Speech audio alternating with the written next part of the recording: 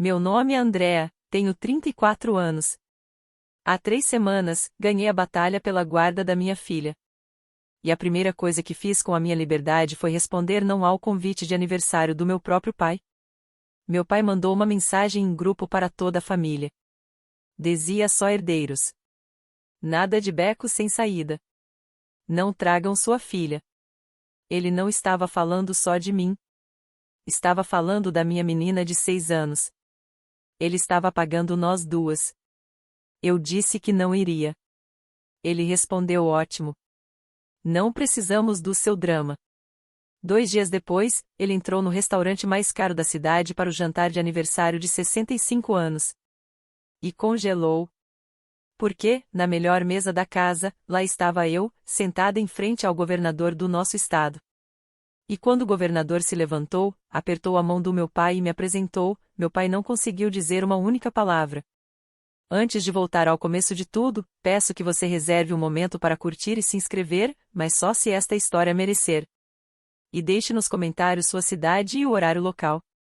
Eu adoro saber de onde vocês estão ouvindo. Agora, deixe-me levar você de volta ao dia em que percebi que meu pai me via como nada além de um beco sem saída. Deixe-me falar da família Decker. Meu pai, Warren Decker, completou 65 anos este ano. Ele é dono da Decker Development, uma empresa imobiliária de médio porte que foi construída pelo pai dele, e antes disso pelo pai do pai dele. 3 gerações de homens passando tudo de homem para homem. Isso não é uma tradição familiar. É uma religião. Crescendo, ouvi uma frase mais vezes do que eu te amo. Era nesta família, os filhos herdam, as filhas casam bem. Eu era a filha do meio. Meu irmão mais velho, Garret, hoje com 38 anos, sempre foi o futuro da empresa. Meu irmão mais novo, Colton, 31, era o plano B. E eu era a menina que por acaso compartilhava o sobrenome. Só que tem um detalhe. Eu não era uma aluna mediana. Eu era a melhor. Primeira da turma todos os anos, membro da National Honor Society, bolsa acadêmica integral na faculdade, a única criança Decker que não precisou do talão de cheques do pai. E quando liguei para contar a novidade, sabe o que ele disse? Ótimo! Pelo menos isso me economiza dinheiro para os MBAs dos meninos. Ele não foi à cerimônia da minha bolsa. Mas vou para a orientação da Escola de Negócios do Garret uma semana depois, no mesmo mês, e postou uma foto com a legenda O legado continua. Minha mãe, Catherine, foi a única pessoa que realmente me fez sentir que eu pertencia àquela família. Ela me puxava de lado depois dos jantares em que meu pai só brindava aos meninos e sussurrava: "Você é tão boa quanto qualquer um deles, Andrea." Nunca se esqueça disso. Ela morreu quando eu tinha 15 anos. Câncer. E qualquer calor que ainda existia naquela casa morreu com ela. Há um retrato de família pendurado na sala do meu pai. Ele está lá desde que eu tinha 19 anos. Mostra Warren, Garret e Colton. 3 homens, nenhuma mulher, nem eu, nem Lily. Antes de morrer, minha mãe me deixou algo. Não foi dinheiro. Foi uma carta. Guardo essa carta na gaveta do meu criado mudo há 19 anos.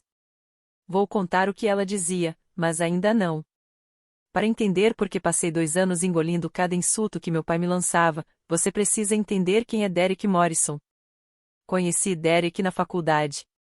Charmoso, ambicioso, vinha de dinheiro. Do tipo de dinheiro que compra silêncio quando algo dá errado. Nós nos casamos quando eu tinha 26 anos. Por alguns meses, achei que tinha encontrado uma saída da gravidade dos Decker. Alguém que realmente me enxergava. Então engravidei da Lily, e a máscara caiu. Derek me disse, sem rodeios, que a paternidade não fazia parte do plano de 5 anos dele. Ele foi embora quando eu estava grávida de 7 meses, não assinou nada, não pagou nada, simplesmente desapareceu na propriedade da família em Connecticut, como se eu fosse um item que ele tivesse riscado do orçamento. Durante 5 anos, fomos só eu e Lily. Construí uma carreira. Construí um lar. Construí uma vida. E então, 2 anos atrás, Derek voltou.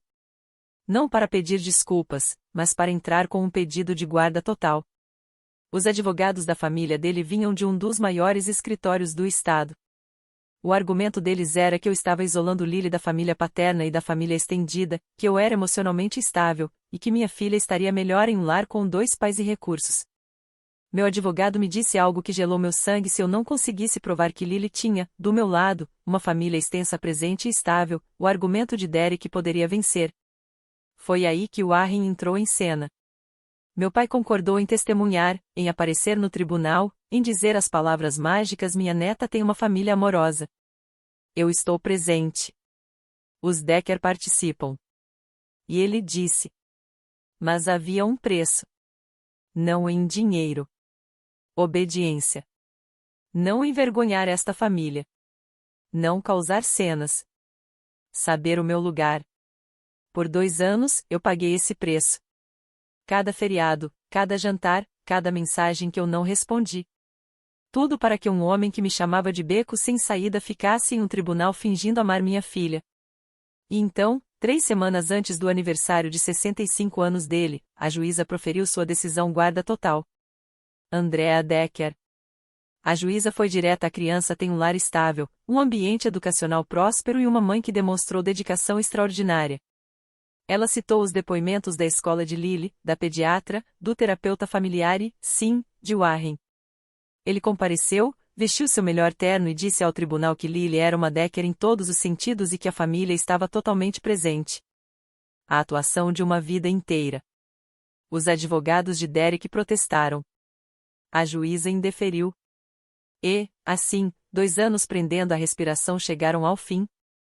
Saí do fórum, fui até o estacionamento, sentei no carro, segurei o volante e chorei por 20 minutos seguidos. Não porque eu estava feliz embora estivesse, mas porque eu estava livre. A coleira invisível que Warren manteve em volta do meu pescoço por 24 meses tinha acabado de ser cortada. Chega de sorrir em jantares em que eu era sentada ao lado da cozinha. Chega de fingir que não ouvia quando ele me apresentava como entre uma coisa e outra. Chega de assistir aos meus irmãos receberem brindes enquanto eu recebia silêncio. A decisão da guarda não me devolveu apenas a minha filha. Ela me devolveu a mim mesma. Fiquei sentada naquele carro até minhas mãos pararem de tremer. Então peguei o telefone e liguei para Clary Whitfield. Alguém de quem ainda vou falar mais. Alguém que esteve do meu lado quando mais ninguém esteve. Acabou, eu disse. Eu estou livre. Clary fez uma pausa e então respondeu: então está na hora de você começar a viver como se estivesse, Andrea. Na manhã seguinte, eu tinha uma reunião no centro da cidade, uma reunião importante, do tipo que pode remodelar a política educacional de todo o estado, mas eu chego lá. Dobrei a decisão da juíza, carimbada com o selo vermelho do tribunal, e a coloquei na bolsa.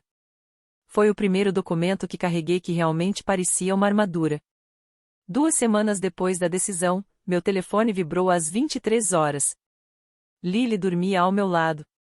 Um braço jogado sobre o coelho de pelúcia, a boca levemente aberta, daquele jeito que crianças de 6 anos dormem, como se o mundo ainda não tivesse tocado nelas. Peguei o telefone e abri o grupo da família. Warren havia enviado uma mensagem, um único parágrafo. Dizia: este é o marco. O jantar do meu aniversário de 65 anos será realizado no Salão Whitfield, no sábado à noite. Esta celebração é apenas para herdeiros. Nada de beco sem saída. Não tragam sua filha. Li 2 vezes, depois uma terceira. Nada de beco sem saída. Aquilo era eu. Não tragam sua filha. Aquilo era Lily. O homem que 3 semanas antes havia ficado em um tribunal e a chamado de uma Decker em todos os sentidos agora a chamava de beco sem saída em uma mensagem em grupo. Olhei para Lily dormindo. A mãozinha dela estava fechada em um punho. Como se, até nos sonhos, estivesse se agarrando a alguma coisa. Então chegou uma mensagem privada de Garrett: o pai está certo. É a noite dele. Não faça disso algo sobre você. Vou ser sincera. A ideia dos só herdeiros foi minha. Ele gostou. Meu irmão mais velho, aquele que sorria em todo dia de ação de graças como se não estivesse me vendo desaparecer, tinha escrito aquelas palavras ele mesmo. Respondi no grupo: eu não vou. A resposta de Warren foi imediata, como se ele estivesse esperando. Ótimo. Não precisamos do seu drama. Sua mãe teria vergonha de você. Minha mãe. Ele usou a minha mãe morta, a esposa morta dele, como arma. E algo estranho aconteceu. Pela primeira vez na minha vida, eu não chorei. Alguma coisa dentro de mim tinha mudado. A decisão da guarda não tinha me libertado apenas legalmente. Ela libertou algo mais profundo. Coloquei o telefone de lado, olhei para Lily e pensei no que Clary tinha dito: comece a viver como se estivesse livre. Então abri meu laptop e fiz uma ligação. Não vou contar para quem liguei. Ainda não. Deixe-me pintar o quadro para que você entenda. Isso não foi algo isolado. Meu pai não acordou um dia e decidiu que eu valia menos. Ele vinha construindo esse muro a vida inteira, tijolo por tijolo. Quando eu tinha 18 anos, me formei no ensino médio como oradora da turma, a primeira da classe. Subi naquele púlpito e fiz um discurso sobre resiliência. Meu pai chegou 40 minutos atrasado, passou a cerimônia inteira olhando o celular e, depois, foi direto a uma churrascaria com o Garret para comemorar palavras dele, meu filho entrando na escola de negócios. Não disse uma palavra sobre o meu discurso. Nenhuma. Quando eu tinha 26 anos, Derek e eu nos casamos. Meu pai fez o brinde do casamento. Durou 4 minutos. 3 desses minutos foram sobre os homens da família Decker. O pai dele, ele mesmo, Garret, Colton, o legado, o nome.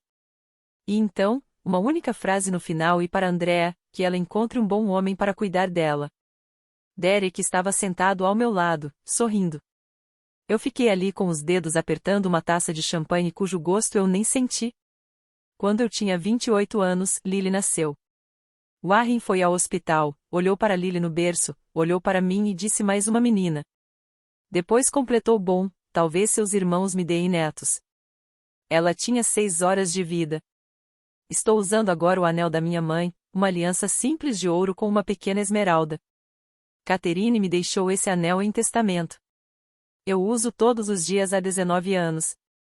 Meu pai nunca percebeu. Naquela semana depois da decisão da guarda, eu tive reuniões consecutivas na sede do governo estadual. Houve uma em especial, um jantar de trabalho com alguém importante. Eu vinha me preparando para isso há meses, mas vou contar quando for a hora certa. 3 meses antes do jantar de aniversário, foi o dia de ação de graças. Eu fui porque ainda precisava de Warren para o processo de guarda. Lily foi comigo. Ela usava um vestidinho xadrez que tinha escolhido sozinha e estava tão animada para ver o avô que correu pela entrada antes de mim. Warren abriu a porta, olhou por cima dela e disse para mim: você está atrasada. Dentro da casa, estava cheio. Warren havia convidado vizinhos, alguns parceiros do ramo imobiliário, os Henderson do clube de campo, pessoas importantes na cabeça dele. E quando chegaram, ele fez o que sempre fazia. Apresentou os filhos. Estes são meus meninos, disse, a mão no ombro de Garret, fazendo um gesto em direção a Colton. Garret e Colton, o futuro da Decker Development.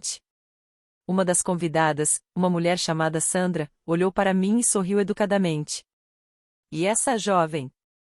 Meu pai fez uma pausa, como se precisasse se recalibrar. Ah, essa é a Andrea. Ela está entre uma coisa e outra. Eu não estava entre uma coisa e outra.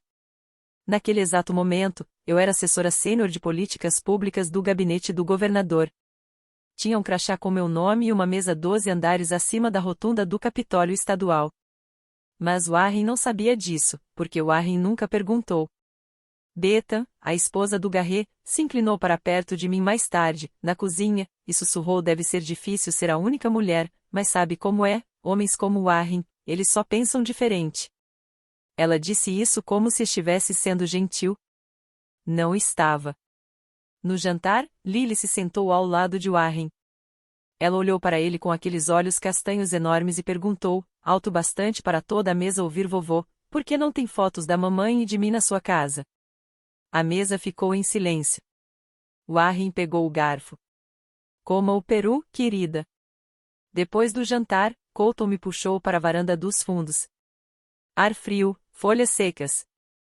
Ele ficou olhando para os próprios sapatos e disse desculpa pelo pai. Ah, eu sei. Não é justo. Olhei para ele. Meu irmão mais novo, 31 anos, ainda com medo do próprio pai. Então diz alguma coisa, Colton, Ele ficou em silêncio por um longo tempo. Depois voltou para dentro de casa. Aquele silêncio me disse tudo o que eu precisava saber sobre o meu irmão mais novo. Preciso que você entenda como funcionou o processo de guarda. Não os detalhes jurídicos, mas a engrenagem de como meu pai usou isso. O advogado de Derek construiu o caso inteiro em torno de uma palavra: isolamento. O argumento era que eu tinha afastado Lily da família, que ela estava crescendo numa bolha, que a mãe dela era emocionalmente frágil demais para manter relações saudáveis. Era tudo mentira. Mas mentiras são persuasivas quando vêm vestidas em um terno de $900 por hora. Meu advogado disse: precisamos do seu pai no depoimento. Precisamos que ele diga que a família está presente. Sem isso, a outra parte crava a narrativa do isolamento e aí temos um problema sério. Então liguei para Warren, e ele disse que sim. Mas o acordo veio com letras miúdas não ditas, não escritas, mas absolutas. Toda vez que eu pensava em reagir a alguma coisa, recusar um jantar de feriado, confrontá-lo sobre o retrato da família, perguntar por que eu e Lily não aparecíamos no cartão de Natal, Garrett ligava, pontualmente. O pai disse que, se você não aparecer, ele vai ter que reconsiderar o depoimento. Algo sobre você não estar sendo cooperativa com a família. Era cirúrgico. Eles não gritavam. Não ameaçavam. Apenas seguravam a única coisa que eu não podia perder, minha filha, e usavam isso como uma coleira. Naquele Natal, eu apareci, sorri, arrumei a mesa, recolhi os pratos, lavei a louça. Ninguém disse obrigado. Ninguém perguntou do meu trabalho. Warren fez um brinde ao legado Decker. Eu sequei uma taça de vinho e fiquei olhando a neve pela janela da cozinha. Guardei capturas de tela das mensagens de Warren durante aqueles 2 anos, não como prova para o tribunal. O caso já tinha acabado. Guardei porque sabia que, um dia, precisaria me lembrar de que aquilo tinha sido real, de que eu não estava exagerando, de que eu tinha todo o direito de fazer o que fiz depois. Uma semana depois da mensagem dos só herdeiros, eu estava buscando Lily na escola. Ela entrou no banco de trás, afivelou o cinto sozinha. Ela tinha acabado de aprender a afivelar o cinto sozinha e ficou quieta por alguns minutos. Isso era estranho para Lily. Normalmente, ela narra todo o caminho de volta para casa como uma pequena comentarista esportiva. E a Mia disse que conseguia dar uma estrela, mas não conseguiu. Mamãe, ela realmente não conseguiu. Mas naquele dia, silêncio. Então, do banco de trás: mamãe, o que quer dizer o beco sem saída? Minhas mãos se apertaram no volante. Onde você ouviu isso, meu amor? Ouvi a mamãe do papai falando ao telefone. Ela disse: o vovô Warren chama a gente de beco sem saída. Isso é como quando uma rua acaba e não tem mais para onde ir. A mãe do Derek, fofocando ao telefone onde uma criança de 6 anos podia ouvir. E ela tinha ouvido isso de Warren, o homem que digitou aquelas palavras num grupo de família como se fosse um cardápio de jantar. Entrei na nossa garagem, desliguei o carro e me virei para olhar minha filha. Não sei que expressão eu estava fazendo. Só sei que precisava ser firme. Um beco sem saída é só uma rua, meu amor. É onde uma estrada termina e outra começa. Só isso. Ela pensou um pouco, depois assentiu. Tá bom. Posso comer biscoito Goldfish? Naquela noite, depois que Lily adormeceu, abri a gaveta do criado mudo e peguei a carta da minha mãe. O papel estava macio. 19 anos de dobrar e desdobrar. O monograma no topo, C. D. Catherine Decker. Eu li. A parte que carreguei comigo todos esses anos: Andrea, o mundo vai tentar te diminuir porque você é mulher. Não deixe. Nem mesmo seu pai. Principalmente não o seu pai. Construa sua própria mesa. Construa sua própria mesa. Fiquei ali por muito tempo, olhando para aquelas palavras. E percebi uma coisa. Aquilo não era só um conselho. Era um projeto. E eu já vinha construindo em silêncio havia anos. Só ainda não tinha mostrado a planta a ninguém. Naquela noite, peguei o telefone e liguei para Clary. O jantar com o governador na semana que vem. Eu preciso mudar o restaurante. Agora, deixa eu pausar aqui um segundo. Se você ainda está comigo e espero que esteja, quero te perguntar uma coisa. Quando alguém que você ama te trata como se você não importasse, você vai embora ou espera o momento certo para mostrar exatamente quem você é? Deixe a sua resposta nos comentários. E se essa história está batendo perto de casa, pode se inscrever, mas só se fizer sentido para você. Agora, vamos continuar, porque o que aconteceu depois? Nem eu esperava que fosse se desenrolar assim. Warren não tinha terminado. Ele nunca tinha. Na semana anterior ao jantar de aniversário, Garrett criou um novo grupo de mensagens, maior dessa vez. Adicionou o irmão de Warren, Robert, o filho de Robert, Marcus, alguns primos e os sócios convidados. O grupo de planejamento, o fio da logística, a celebração do nome Decker. Garrett escreveu lembrete aniversário de 65 anos do pai no Salão Whitfield. Traje black tie para os herdeiros. Sem acompanhantes, exceto cônjuges. Isso é sobre o legado da família. Meu nome não estava no grupo. Eu não fui adicionada. Eu só soube disso porque Marcos, meu primo, 34 anos, filho do tio Robert, me mandou uma mensagem em particular. Ei, você vai? Notei que você não está no grupo. Fiquei olhando para a mensagem.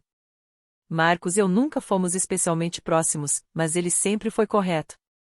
Quieto, observador, o tipo de pessoa que percebe a cadeira vazia. Não fui convidada, respondi. Um longo silêncio. E então? Eu não expliquei. Não contei sobre a mensagem, sobre as palavras, sobre o jeito como Lily me perguntou o que significava beco sem saída. Apenas disse tudo bem. Já tenho planos para aquela noite. Bons planos. Enquanto isso, Warren controlava a narrativa. Ligou pessoalmente para o Robert. Não conte a Andrea os detalhes da festa.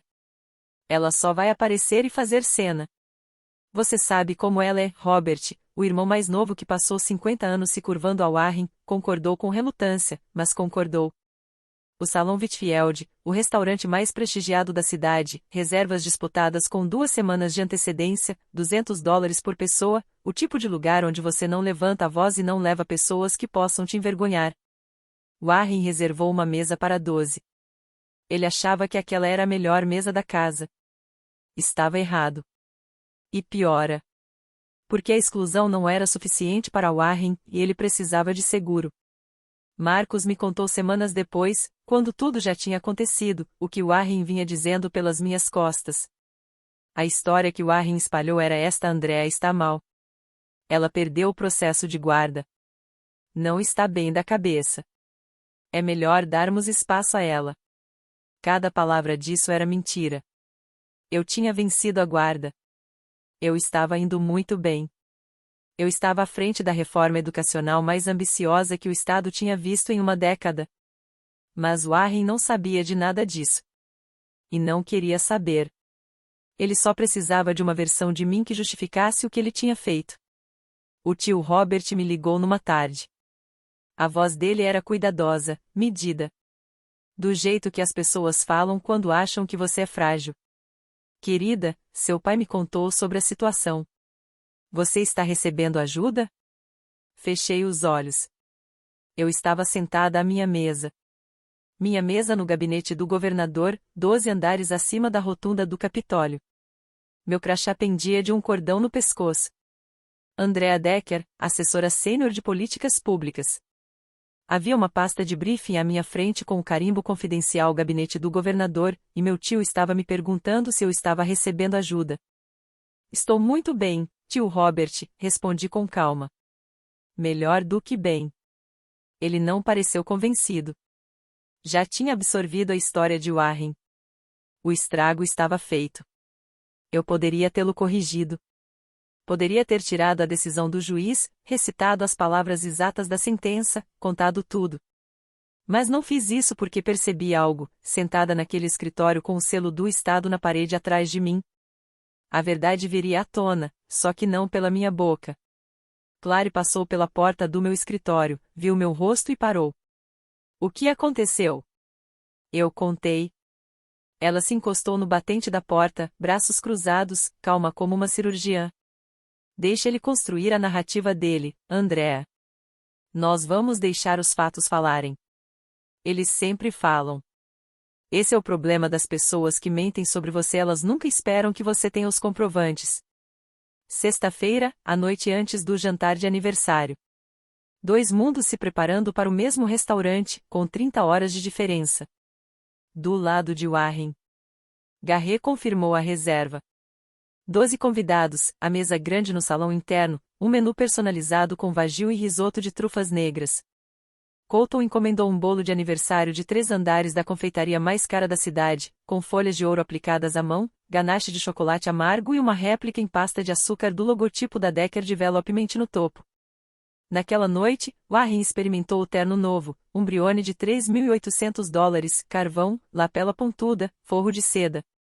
Ele se olhou no espelho e disse a Garrett: esta vai ser uma noite para lembrar. Ele estava certo, só não da forma que imaginava. Do meu lado, tudo era mais silencioso. Busquei Lily na escola, cozinhei o macarrão com queijo favorito dela, com aquelas massinhas em forma de dinossauro, li 2 capítulos de um livro sobre uma menina astronauta e a coloquei na cama. Depois sentei à mesa da cozinha, abri o laptop e conferi o e-mail. Uma mensagem nova. Assunto: confirmação de jantar. Salão Whitfield. Sábado, 19 horas. Reserva sob gabinete do governador. 2 lugares. Mesa perto da janela.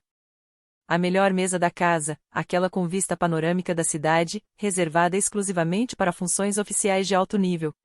Clary tinha me ajudado a mudar o local 2 dias antes. O restaurante atendeu ao pedido do gabinete do governador imediatamente. Claro que atendeu. Escolhi minha roupa com cuidado. Nada de vestido de grife, nada chamativo. Um blazer azul marinho bem cortado, calça de alfaiataria, blusa de seda branca e o anel da minha mãe. Profissional. Discreta. Um tipo de visual que não precisa gritar. Então Lily apareceu no corredor, esfregando os olhos. Mamãe, você vai jantar amanhã com seu amigo importante? Virei para ela. Vou sim, meu amor. A mamãe tem um jantar muito importante. É aquele homem da TV? Aquele com quem você falou sobre as escolas. Sorri. Volta a dormir, querida. Ela voltou para o quarto, arrastando os pés. Olhei meu reflexo na janela escura. Blazer azul marinho, anel da mamãe, mãos firmes. No dia seguinte, eu não precisava ser barulhenta. Só precisava aparecer. Sábado de manhã, o dia do aniversário de 65 anos de Warren Decker. Acordei às 5h30. Lily ainda dormia, o coelho de pelúcia encaixado sob o queixo. A casa estava silenciosa daquele jeito que só as primeiras horas da manhã conseguem ser, como se o mundo estivesse prendendo a respiração. Fiz café, sentei no balcão da cozinha e peguei o celular. O grupo da família, aquele do qual eu não fazia parte, mas do qual Marcos vinha me enviando capturas de tela, já estava em plena atividade. Garrett tinha postado fotos da montagem do salão privativo do Whitfield, lírios brancos em vasos de cristal, cartões de lugar com caligrafia dourada, uma foto emoldurada de Warren posicionada no lugar de honra da mesa. Colton postou uma foto de 4 garrafas de Chantal Margalx 2005, cerca de $600 cada, alinhadas como soldados. O próprio Warren escreveu: hoje celebro 65 anos e o legado que construí com meus herdeiros ao meu lado. Seus herdeiros. 2 filhos que nunca, nenhuma vez, se colocaram entre o pai e a crueldade dele. Fiquei olhando para a tela e, por um momento fraco e terrível, aquela sensação antiga voltou. O vazio no peito. A voz sussurrando: talvez se você ligasse. Talvez se dissesse o por favor, deixe eu ir. Eu fico no canto. Fico quieta. Só deixa a Lily ver o avô no aniversário dele. Velhos hábitos custam a morrer. Mesmo os que machucam. Então levantei os olhos do celular. Lily tinha entrado na cozinha, ainda de pijama, abraçada ao coelho. Subiu na cadeira ao meu lado e disse: sonolenta mamãe, hoje é o jantar importante? E eu ouvi de novo: como um eco mamãe, o que quer dizer beco sem saída? O vazio foi embora. Liguei para Clary. Estou tendo um momento. Isso é normal, ela disse. Você não está fazendo nada errado, Andrea. Você vai a um jantar que você conquistou. O resto é só geografia. Geografia. Gostei disso. 6 da tarde. Do outro lado da cidade, Garry encostou na frente da casa de Warren com seu Mercedes S-Class preto, placa personalizada Decker 1. Warren saiu usando o terno Brioni, ajeitando o lenço de seda no bolso, o cabelo grisalho penteado para trás como se estivesse chegando à própria coroação. Entrou no banco do passageiro e perguntou onde está o presente do senador Mitchell. Garry lhe entregou um envelope pequeno. Warren o virou na mão, satisfeito. Ele tinha convidado um senador estadual para inflar a própria imagem, um homem para quem havia doado dinheiro em 3 ciclos eleitorais. Aquela era a ideia de poder do Warren em proximidade. Ficar perto o suficiente de alguém importante para que a importância respingasse. Ele não fazia ideia de como era a proximidade de verdade. Ainda não. Na minha casa, me despedi da Lily na porta. A senhora Patterson, nossa vizinha bibliotecária aposentada, a pessoa mais confiável da rua, ficaria com ela. Lily me abraçou pela cintura e disse boa sorte no jantar, mamãe. Diz oi para o seu amigo da TV por mim. Eu ri e beijei a testa dela. Digo sim, meu amor. Dirigi até o centro com as janelas abertas. A cidade estava naquela luz dourada do fim de tarde que faz tudo parecer uma pintura. Luz quente nos tijolos antigos, sombras longas atravessando a avenida. Estacionei a 3 quadras do Salão Whitfield porque o estacionamento já estava cheio. Sábado à noite na cidade. Fiquei 5 minutos no carro, mãos no volante, respirando. Depois desci, caminhei em direção à entrada e, no estacionamento, brilhando sob um poste de luz, eu vi o Mercedes S-Class preto, placa personalizada Decker 1. Ele já estava ali. Entrei pela porta da frente do Salão Whitfield. A recepcionista olhou para a tela, depois para mim, e seus olhos mudaram, só um pouquinho. O jeito como os olhos das pessoas mudam quando uma reserva tem peso. Por aqui, senhorita Decker, disse a recepcionista. A mesa do governador está pronta. O Whitfield Room é o tipo de restaurante onde tudo sussurra, o linho é pesado, a iluminação é baixa e dourada, os garçons se movem como se tivessem ensaiado, e cada mesa deixa claro exatamente qual é o seu lugar. Fui conduzida até a mesa junto à janela, aquela que todos no salão conseguem ver. Vidro panorâmico, o horizonte da cidade se abrindo como uma promessa. Toalha branca impecável, taças de cristal, uma única orquídea em um vaso esguio, 2 lugares postos.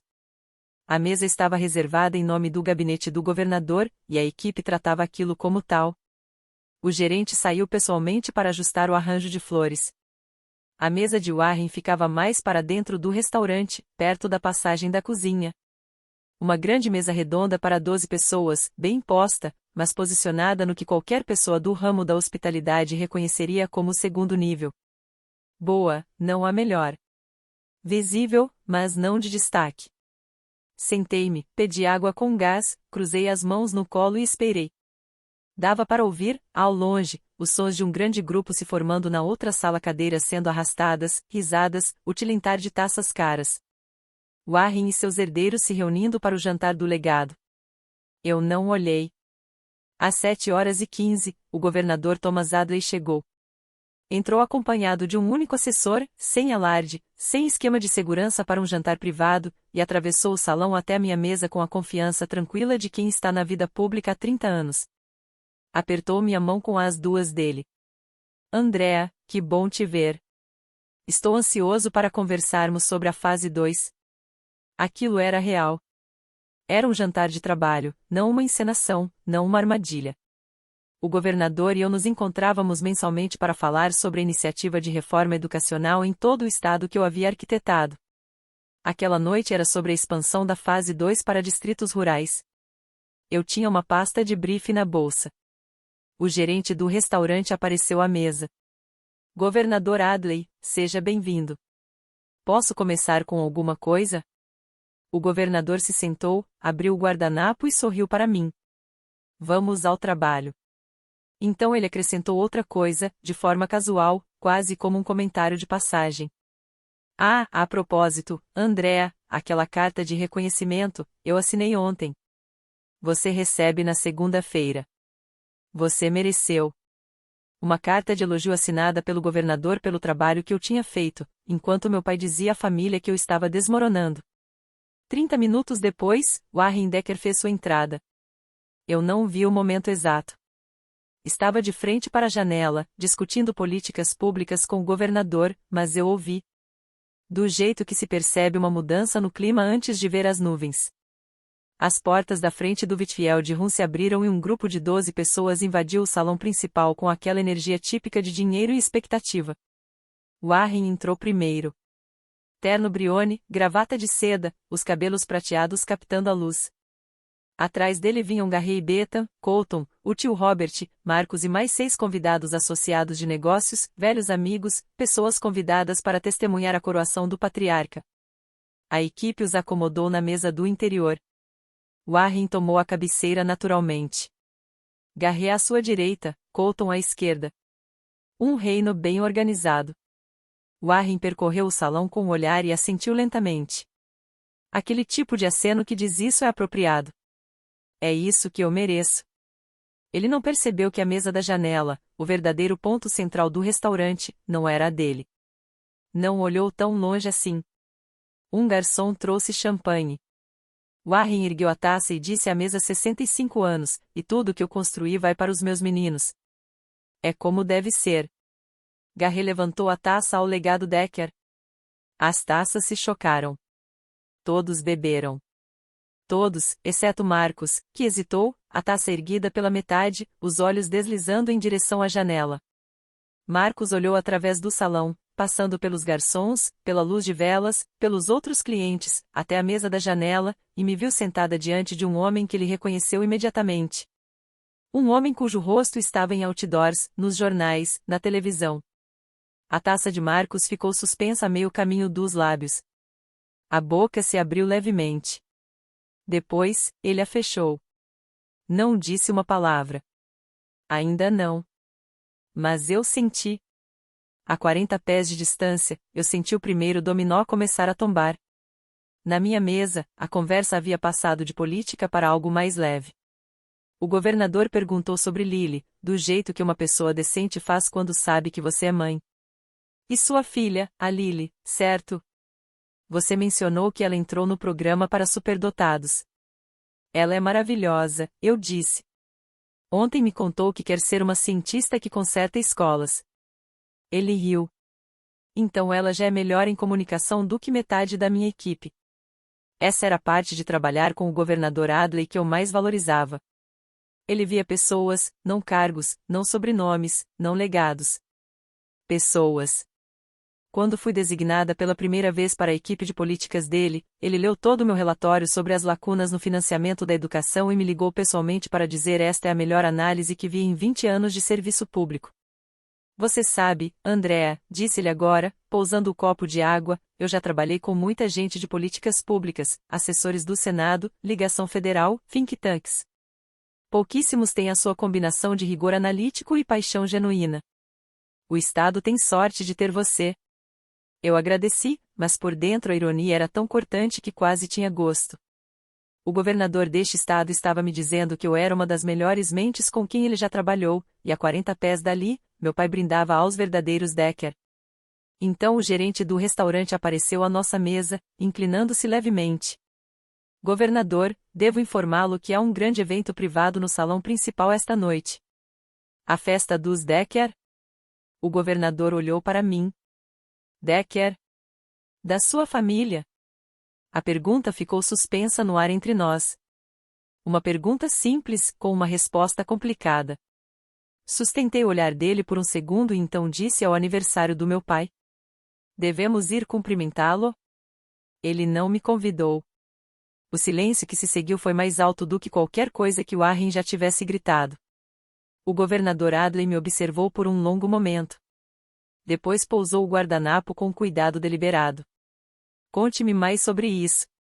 Eu não chorei. Não fiz cena. Apenas contei a verdade. Do jeito que se relata um fato, não do jeito que se narra uma tragédia. Meu pai sempre valorizou os filhos homens acima de mim. Construiu uma empresa imobiliária com o próprio nome e decidiu que apenas os meninos eram dignos dela. Não por mérito, mas por gênero. Ele me chama de beco sem saída. Enviou uma mensagem em grupo me excluindo a mim e a minha filha de 6 anos do jantar de hoje porque, nas palavras dele, só herdeiros. Fiz uma pausa. Depois acrescentei: governador, eu não escolhi este restaurante para criar uma cena. O Whitfield Rum tem sido nosso local habitual de reunião há meses. Não estou pedindo que o senhor faça nada. Só quero aproveitar nosso jantar e discutir a fase 2. O governador ficou em silêncio. Pegou o copo de água, deu um gole, pousou, ajustou a borda do guardanapo. Eram gestos de um homem que passou 3 décadas no serviço público aprendendo a ouvir antes de falar. Andrea, eu conheci muitas famílias neste trabalho e aprendi uma coisa, disse ele. As pessoas que mais falam em legado geralmente são as que menos o entendem. Inclinou-se levemente para frente. Você construiu algo real. Seu trabalho está mudando a vida de crianças em todo este estado, milhares delas. Isso é legado. Um sobrenome em um prédio não é, completei. Não estou aqui por vingança, governador. Estou aqui porque conquistei este lugar. Ele assentiu. Sim, você conquistou. Então ele se virou para a assessora. Cancele meu compromisso das 9. Vamos nos dar tempo esta noite. A assessora piscou, claramente surpresa. Senhor, cancele. O governador voltou-se para mim, pegou o cardápio e disse: agora me conte sobre os dados dos distritos rurais. Quero ouvir tudo. Ele não iria sair mais cedo. Não estava apressando o jantar para evitar a situação. Estava se acomodando. E eu entendi por quê. Não porque quisesse orquestrar nada, mas porque havia feito um julgamento sobre o que importava. E o que importava era o trabalho. O que aconteceu depois, porém, não foi escolha dele. Foi de Marcos. 20h15, na mesa de Warren, o primeiro prato estava sendo retirado: vieiras seladas, microverdes, alguma coisa com óleo de trufa que provavelmente custava mais do que minha compra da semana inteira. Garrett contava uma história sobre um acordo de zoneamento. Colton assentia. Warren presidia. Marcos se desculpou. Banheiro, disse ele. Ele não foi ao banheiro. Eu o vi antes que chegasse à nossa mesa. Alto, avançando pelo salão com o passo deliberado de alguém prestes a fazer algo que não pode desfazer. Ele parou a 2 passos da nossa mesa, e seus olhos foram de mim para o governador e de volta para mim. Andrea, ele disse. A voz era quase um sussurro. É o governador? Ergui os olhos para ele, calma, firme. Marcos, este é o governador Thomas Adley. Governador, este é meu primo Marcus Decker. O governador se levantou, porque é isso que Thomas Adley faz. Ele se levanta quando é apresentado a alguém. Estendeu a mão. Prazer em conhecê-lo, Marcos. Sua prima está fazendo um trabalho extraordinário por este estado. Marcos apertou a mão do governador. Eu vi seus dedos tremerem. Eu não fazia ideia. Deixei que aquilo assentasse e então disse, baixinho: é porque ninguém nesta família jamais perguntou. Marcos ficou ali por mais um instante.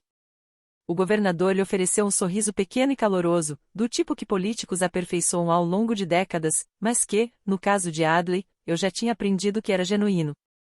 Então Marcos assentiu, quase para si mesmo, e atravessou o salão de volta.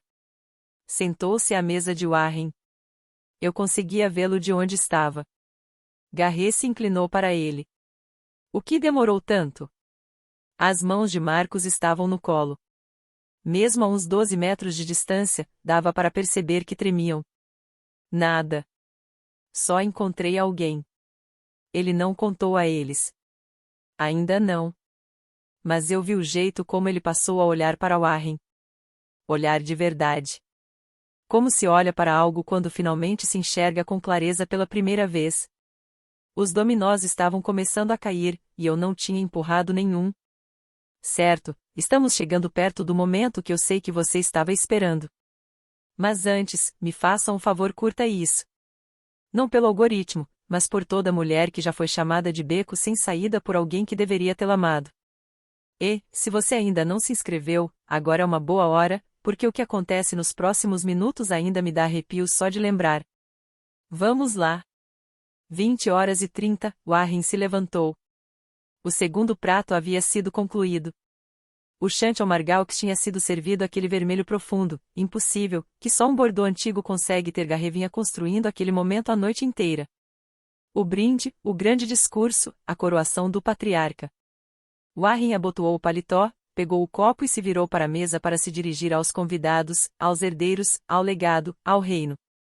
E, ao se virar, seu olhar varreu o salão em direção às janelas, em direção à melhor mesa da casa, à luz suave, ao horizonte da cidade e às duas pessoas sentadas ali. Ele parou. O corpo inteiro parou. Não só os pés, mas a mão, a respiração, as palavras que estavam prestes a sair de sua boca. Tudo ficou congelado, como um filme travado em um único quadro. Eu não estava olhando para ele quando aconteceu. O governador estava no meio de uma frase, algo sobre metas de alfabetização no terceiro trimestre, e eu estava ouvindo, mas senti. Você conhece aquela sensação quando alguém te encara do outro lado da sala? Quando o peso da atenção de alguém muda o ar. Ergui os olhos e lá estava ele. Meu pai, completando 65 anos naquele dia, de pé à cabeceira da mesa, no terno Brioni de $3.800, um copo de Bordeaux de $600 na mão, a boca ligeiramente aberta, me encarando como se eu fosse um fantasma. É ela, ele disse. Não para ninguém em específico, mas para o ar. Garret seguiu o olhar dele. O copo em sua mão inclinou um grau a mais. Uma única gota de chantilly margalx caiu sobre a toalha branca e se espalhou como um hematoma. O que? Garret perguntou. Quem você está olhando? Então ele viu também. A mesa inteira ficou em silêncio. 12 pessoas no meio da mordida, da frase, do brinde, subitamente caladas. Colton foi o primeiro a falar. Aquilo é o governador. Por que Andrea está jantando com o governador? A resposta de Warren saiu rouca, quase inaudível. Isso é impossível. Warren pousou o copo. O som que ele fez ao tocar a mesa foi mais alto do que deveria. Ou talvez o salão simplesmente tivesse ficado quieto demais. Eu preciso ir até lá. Garret segurou o braço dele. Pai, não. Você vai fazer uma cena. Warren se soltou. É a minha filha sentada com o governador, e ela nem teve a decência de me avisar. A ironia deveria ter rachado o teto. 30 minutos antes, ela era um beco sem saída. 30 minutos antes, não merecia nenhuma cadeira à mesa dele. E agora, minha filha, possessivo, urgente, como se sempre tivesse sido dele. Warren atravessou o salão, cerca de 12 metros, passando pelas toalhas brancas, pela luz de velas e pelos outros clientes que não faziam ideia de que estavam prestes a testemunhar algo de que falariam por anos. O passo era controlado, mas eu via aquela leve irregularidade no andar. O jeito de quem caminha movido pelo orgulho, enquanto o corpo sabe que está indo em direção a algo que não consegue controlar. Eu o vi se aproximar. Eu sabia que ele viria. No momento em que decidi não mudar o restaurante, eu soube. E decidi o que faria quando isso acontecesse. Apoiei o garfo, endireitei as costas. O anel da minha mãe capturou a luz da vela. Warren chegou à mesa. Os olhos dele foram de mim para o governador e de volta para mim. De perto, dava para ver o rubor subindo pelo pescoço, o leve brilho de suor nas têmporas. Andrea. A voz saiu forçadamente firme. O que é isso? Olhei para meu pai, o homem que me apagou de todas as paredes, de todos os brindes, de todo o legado que já construiu. E ofereci a ele algo que nunca me deu cortesia básica. Boa noite, pai. Feliz aniversário. Então o governador se levantou. Estendeu a mão por cima da mesa, alto, calmo, com o calor treinado de um homem que já apertou 10.000 mãos e foi sincero em cada uma delas. O senhor deve ser Warren Decker, disse. Sou Thomas Adley. Warren sabia quem ele era. Claro que sabia. Era o homem que ele tentava alcançar havia 6 meses. O homem cujo gabinete ignorara todos os e-mails, todos os pedidos, todas as tentativas de aproximação que Garret fizera em nome da Decker Development. E agora aquele homem estava ali, de pé à sua frente, mão estendida, por causa da filha que Warren chamara de beco sem saída. Warren apertou a mão dele. A boca se abriu, mas nenhuma palavra saiu. O governador manteve o aperto por um segundo a mais do que o necessário.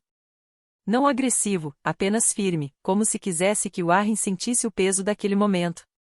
E, se você ainda não se inscreveu, agora é uma boa hora, porque o que acontece nos próximos minutos, eu ainda sinto arrepios só de lembrar. Vamos lá. 20h30, Warren se levantou. O segundo prato tinha sido finalizado. O chantilly margaux já havia sido servido, aquele vermelho profundo e quase impossível que só um Bordeaux antigo consegue ter. Garret vinha preparando aquele momento a noite inteira. O brinde, o grande discurso, a coroação do patriarca. Warren abotoou o paletó, pegou o copo e se virou para a mesa para se dirigir aos convidados, aos herdeiros, ao seu legado, ao seu reino. E, ao se virar, seu olhar varreu o salão em direção às janelas, à melhor mesa da casa, à luz suave, aos quiline da cidade e às duas pessoas sentadas ali. Ele parou. O corpo inteiro parou. Não só os pés, mas a mão, a respiração, as palavras que estavam prestes a sair da sua boca. Tudo ficou congelado, como um filme travado em um único quadro. Eu não estava olhando para ele quando aconteceu. O governador estava no meio de uma frase, algo sobre metas de alfabetização no terceiro trimestre, e eu estava ouvindo, mas eu senti. Você conhece essa sensação quando alguém te encara do outro lado da sala? Quando o peso da atenção muda o ar. Levantei os olhos e lá estava ele, meu pai, completando 65 anos naquele dia, em pé à cabeceira da mesa, com seu terno Brioni de $3.800, um copo de Bordeaux de $600 na mão, a boca ligeiramente aberta, me encarando como se eu fosse um fantasma. É ela, ele disse. Não para ninguém em específico, apenas para o ar. Garret seguiu o olhar dele. O copo em sua mão inclinou um grau a mais. Uma única gota de chantilly margaux caiu sobre a toalha branca e se espalhou como um hematoma. O que? Garret perguntou. Quem você está olhando? Então ele viu também.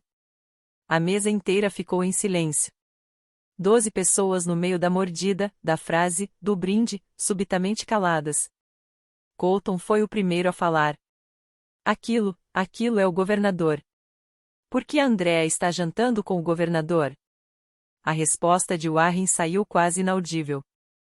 Isso é impossível. Warren pousou o copo. O som que ele fez ao tocar a mesa foi mais alto do que deveria. Ou talvez o salão simplesmente tivesse ficado muito quieto. Eu preciso ir até lá. Garret segurou o braço dele. Pai, não. Você vai fazer uma cena. Warren se soltou. É a minha filha sentada com o governador, e ela nem teve a decência de me avisar. A ironia deveria ter rachado o teto. 30 minutos antes, ela era um beco sem saída. 30 minutos antes, não valia nem uma cadeira à mesa dele.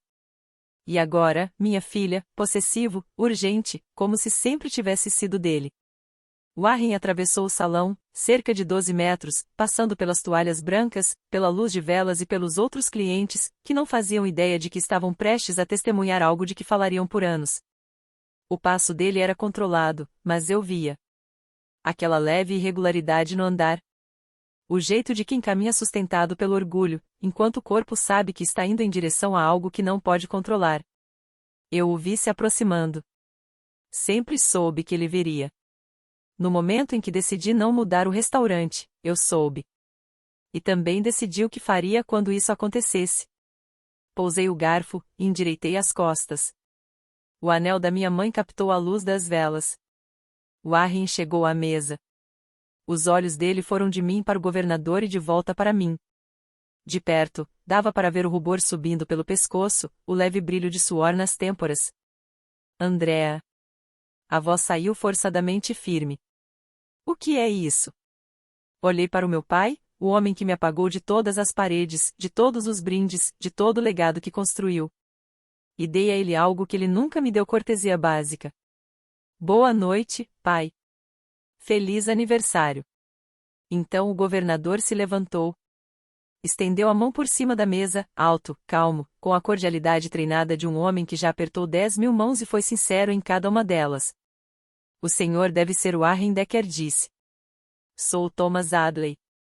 Warren sabia quem ele era. Claro que sabia. Era o homem que ele tentava alcançar havia 6 meses. O homem cujo gabinete ignorara cada e-mail, cada pedido, cada tentativa de contato que Garret fizera em nome da Decker Development. E agora esse homem estava ali, diante dele, com a mão estendida por causa da filha que Warren chamara de beco sem saída. Warren apertou a mão do governador. A boca se abriu, mas nenhuma palavra saiu. O governador manteve o aperto por um segundo a mais do que o necessário. Não de forma agressiva, apenas firme, como se quisesse que Warren sentisse o peso daquele momento. 12 pratos na mesa de Warren esfriavam. Ninguém comia. Então Robert se levantou por completo. Ele foi até Warren, não até a mesa da janela, mas até Warren, e disse baixo, com uma precisão que cortou todos os sons da sala. Warren, você me disse que ela tinha perdido a guarda. Disse que ela estava desmoronando. Ele apontou levemente com o queixo para nossa mesa. O governador do estado está jantando com ela. Fez uma pausa. Sobre o que mais você mentiu? Warren ainda estava em pé ao lado da minha mesa. Não tinha se movido. Acho que não conseguia. Observei meu pai por um longo instante. O terno Brioni que deveria fazê-lo parecer poderoso agora parecia uma fantasia. O lenço de seda no bolso estava caído. As mãos pendiam ao lado do corpo. E, pela primeira vez na minha vida, elas pareciam pequenas. Eu me levantei. Não rápido, não de forma dramática. Apenas me levantei do jeito que você se levanta quando toma uma decisão para a qual se preparou a vida inteira. Pai, minha voz estava firme, eu não vim aqui esta noite para te constranger. Vim porque tinha um jantar de trabalho com o governador. Um jantar que eu conquistei com anos de trabalho sobre os quais você nunca se importou em perguntar. Ele piscou 2 vezes. Você me chamou de beco sem saída. Disse à família que eu estava desmoronando. Excluiu a mim e a Lily do seu aniversário porque não éramos herdeiras. A palavra caiu como uma pedra na água. Mas aqui está o que você não viu. Enquanto você decidia que eu não era nada, eu estava construindo alguma coisa.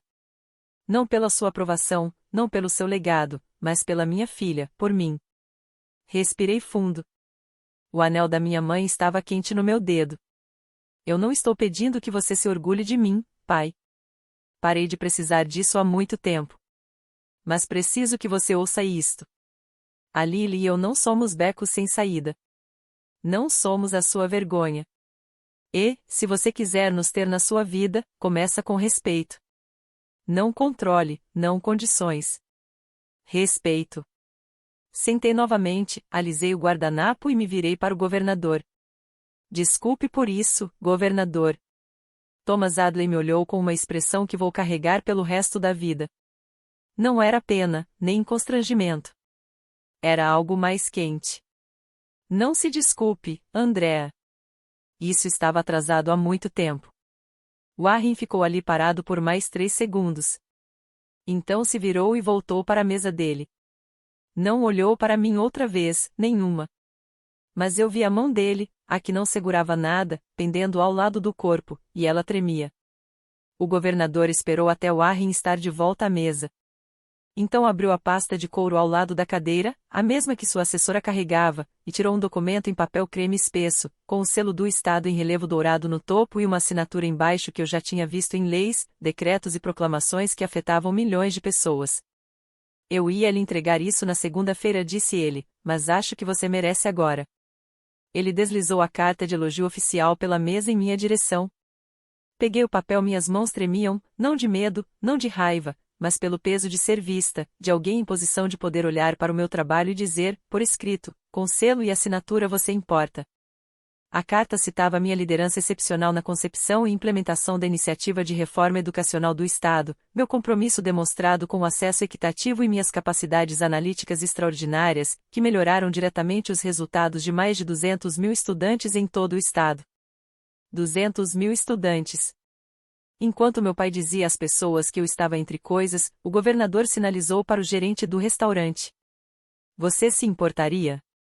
Gostaria de tirar uma foto com a senhora Decker para o boletim do Estado. O gerente concordou. Ficamos lado a lado, a carta de elogio entre nós, o horizonte da cidade ao fundo, visível pela janela. O flash disparou do outro lado do salão. Eu não olhei, mas senti.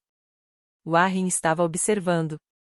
A filha dele segurando uma carta oficial do governador, posando para uma publicação do estado, no restaurante onde ele deveria ser o rei. Marcus voltou para a mesa de Warren. Ele ficou de pé, não se sentou, e disse com uma voz claro bastante para ecoar. Tio Warren, eu acabei de apertar a mão do governador. Ele me disse que Andrea projetou o programa de reforma educacional que o estado inteiro está usando. Você sabia disso? A mesa inteira olhou para Warren. Warren não disse nada.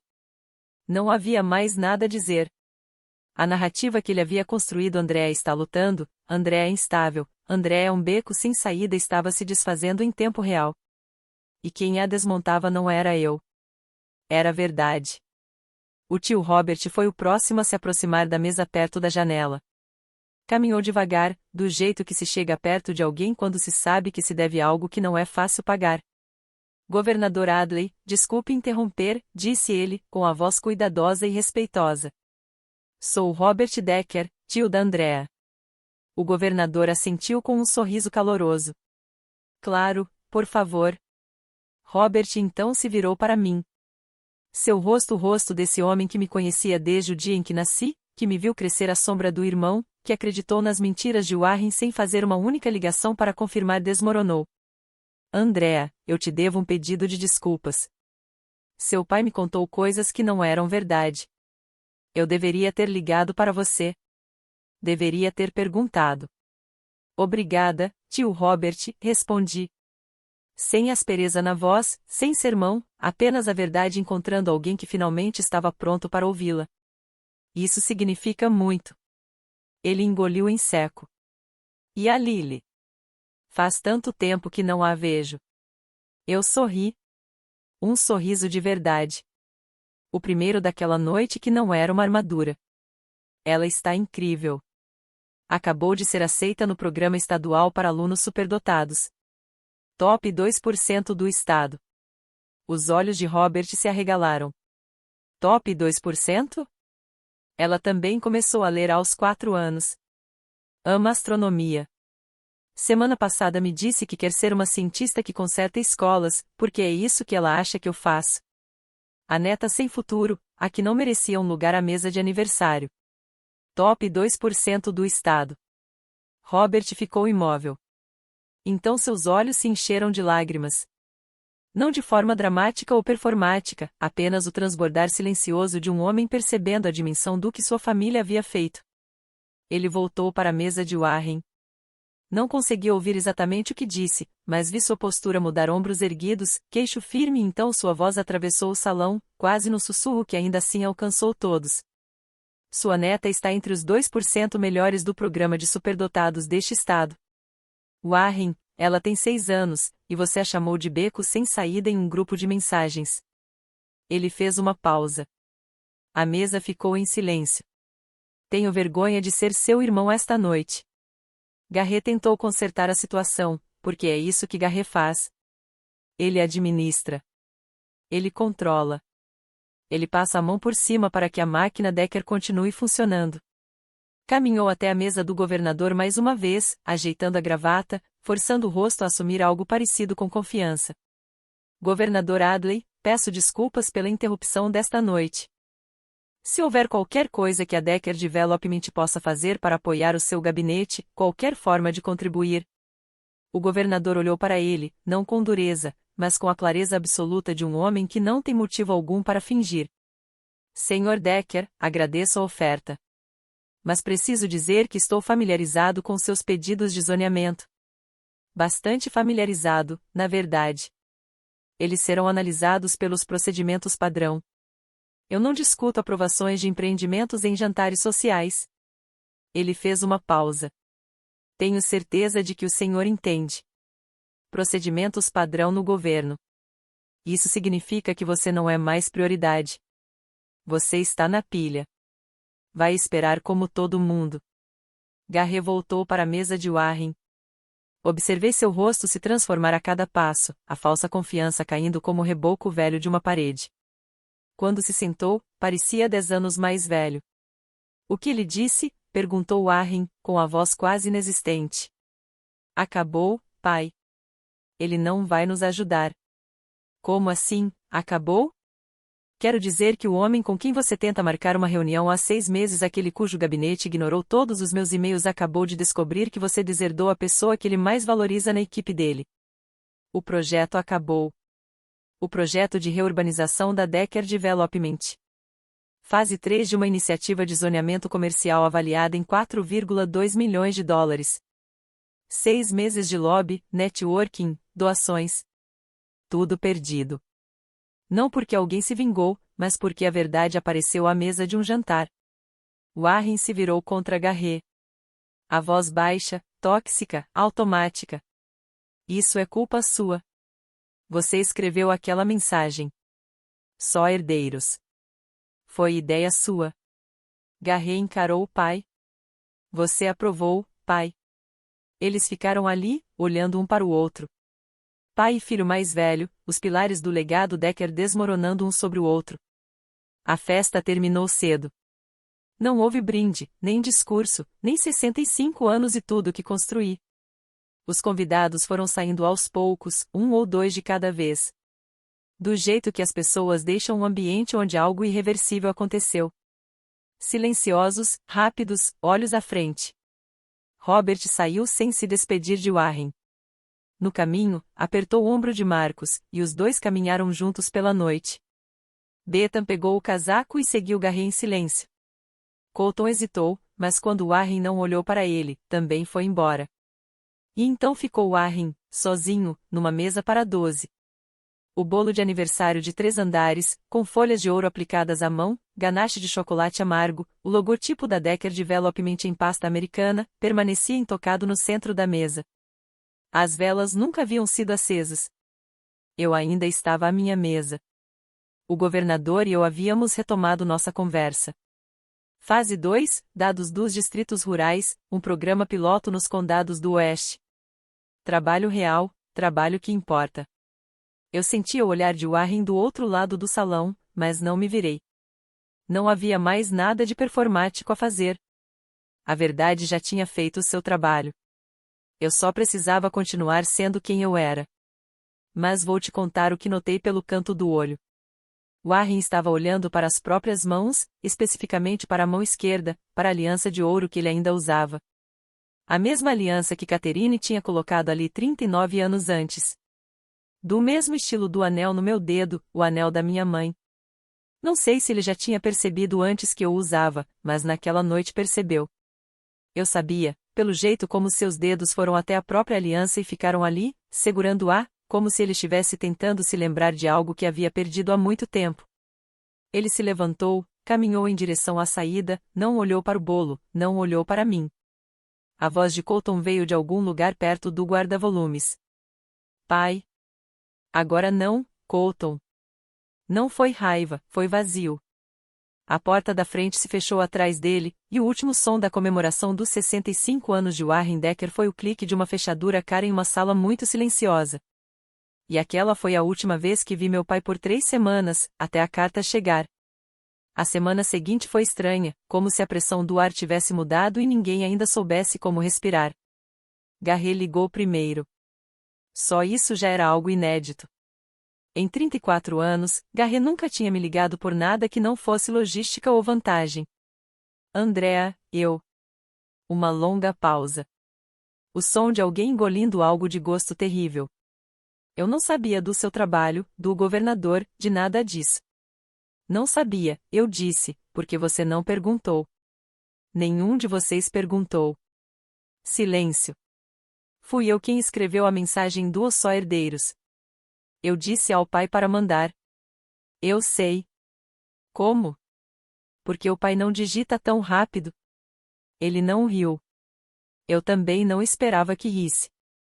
Houve outro silêncio longo, daquele tipo em que dá para ouvir alguém decidindo se vai ser honesto ou recuar para a maquinaria confortável da negação. Garrett escolheu um meio-termo. Desculpa, Andrea. Eu te ouço, Garrett, mas desculpa é uma palavra. Vou precisar de mais do que uma palavra. Ele não soube o que responder. Desligamos pouco depois, mas foi um começo. Não um bom começo, mas um começo real. Colton mandou mensagem. Curta, crua, sem enfeites. Me desculpa. Eu devia ter te defendido. Fui covarde. Eu respondi: eu agradeço, Colton. Quando você estiver pronto para mostrar a Lily que fala sério, ela vai estar aqui. O tio Robert também ligou. Pediu desculpas de forma sincera, pesada, como um homem carregando um saco de pedras que só então percebeu que estava segurando. Disse que tinha falado com Warren. Ele não está bem, Andrea. Mas isso não justifica nada. Não, eu disse, não justifica. Eu não perdoei ninguém naquela semana. Perdão não é um interruptor. É uma estrada. E eles ainda nem tinham começado a caminhar. Mas, pela primeira vez em anos, meu telefone estava tocando com pessoas que queriam falar comigo. Não falar sobre mim, nem falar por cima de mim, mas falar comigo. E isso já era alguma coisa. 3 semanas depois do jantar, uma carta chegou à minha porta. Envelope branco, sem remetente, mas reconheci a caligrafia imediatamente.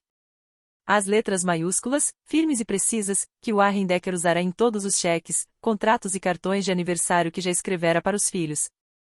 Eu já tinha visto aquela escrita 1000 vezes, só nunca em algo endereçado a mim. Sentei à mesa da cozinha. Lily estava na escola. A casa estava silenciosa. Abri o envelope. Manuscrito, 4 parágrafos. Sem advogado, sem assistente, sem aquela linguagem corporativa escrita e reescrita 1000 vezes. Apenas um homem, uma caneta e aquilo que ele deveria ter dito anos atrás. Andrea, não durmo há 3 semanas. Tenho ficado sentado no meu escritório, olhando para a parede, e continuo vendo a mesma cena: você naquela mesa com o governador, usando o anel da sua mãe. Eu não sabia que você o usava. É essa parte que não sai da minha cabeça. Não o governador, não o cargo, não o programa que você construiu, o anel. Eu não sabia. Menti para o Robert. Menti para a família. Disse coisas sobre você que não eram verdade porque era mais fácil do que admitir o que eu fiz, o que venho fazendo há 30 anos. Sua mãe teria orgulho de você, não por causa do governador ou da condecoração. Isso ela não teria valorizado. Ela teria orgulho porque você criou a Lily para ser o tipo de criança que pergunta por que não há fotos da mamãe na parede. Isso sempre foi o que a Catherine valorizou, as coisas reais. Eu me esqueci disso. Não estou te pedindo perdão. Estou te pedindo que me deixe conquistá-lo. Assinado, pai. Não Warren Decker, apenas pai. Li 2 vezes. Depois dobrei o papel com cuidado, seguindo as marcas, abri a gaveta do criado mudo e o coloquei ali dentro, ao lado da carta da minha mãe, aquela que eu guardava havia 19 anos. 2 cartas lado a lado pela primeira vez. Catherine e Warren. Havia um PS no final, em letra menor. Pesquisei o programa estadual para superdotados. Top 2%. Minha neta. Eu não sabia. Fechei a gaveta. Não chorei. Mas fiquei sentada na beira da cama por um bom tempo. E minhas mãos não estavam completamente imóveis. Não respondi. Ainda não. Isso não era um final feliz. Era um primeiro passo. E primeiros passos não significam muito até você ver onde o segundo vai cair. Então, aqui é onde eu estou agora. Eu costumava achar que a aprovação do meu pai era a medida do meu valor. Passei 30 anos tentando ser boa o suficiente para um homem que já tinha decidido que eu era menos. Não por algo que eu tivesse feito, mas por aquilo que eu nasci sendo uma filha. No mundo de Warren Decker, isso era uma desqualificação. Aquela noite no Whitfield não consertou minha família. Quero ser honesta sobre isso. Meu pai não se tornou outra pessoa da noite para o dia. Garry ainda está aprendendo a ser irmão, e não porteiro. Colton está tentando. Ele ligou para Lily na semana passada e perguntou sobre os planetas, o que a deixou tão feliz que ela falou por 40 minutos sem parar. O tio Robert agora me liga todo domingo. Marcos e eu somos, de fato, amigos. Amigos de verdade. Do tipo que trocam mensagens idiotas à meia-noite. Mas foi isso que mudou: eu parei de esperar. Parei de ficar do lado de fora da casa do meu pai, torcendo para que ele abrisse a porta. Parei de me moldar para caber numa moldura que nunca foi feita para mim. A carta da minha mãe dizia: construa a sua própria mesa. Eu construí. E quando me sentei nela, o governador deste estado escolheu sentar-se à minha frente. Não por causa do meu sobrenome. Não por causa da empresa do meu pai. Mas por causa do meu trabalho. Na semana passada, a Lily levantou os olhos do dever de casa e perguntou: mamãe, o vovô pode ir à minha feira de ciências? Eu olhei para ela, minha extraordinária filha do top 2%, aquela que chamaram de beco sem saída, e respondi: se ele merecer, meu amor. Se ele merecer. Ela sentiu com a cabeça, como se aquilo fizesse todo sentido. Para toda mulher que está ouvindo e que já foi chamada de beco sem saída por um pai, um marido, um irmão, um chefe, por quem quer que seja, eu quero que você escute isto: você não é um beco sem saída. Você é um começo. Construa a sua própria mesa e não deixe ninguém dizer quem pode ou não sentar nela. E essa é a minha história. Se você chegou até aqui, obrigada de verdade. Antes de ir, quero fazer um último pedido. Você já precisou construir a sua própria mesa? Me conta nos comentários. Eu leio todos, um por um. Se essa história significou algo para você, deixe seu like. E, se quiser mais histórias como esta, inscreva-se e confira o vídeo na descrição. É outra história sobre alguém que se recusou a permanecer pequeno. Até a próxima. Lembre-se: o seu valor não está em votação. Cuidem-se.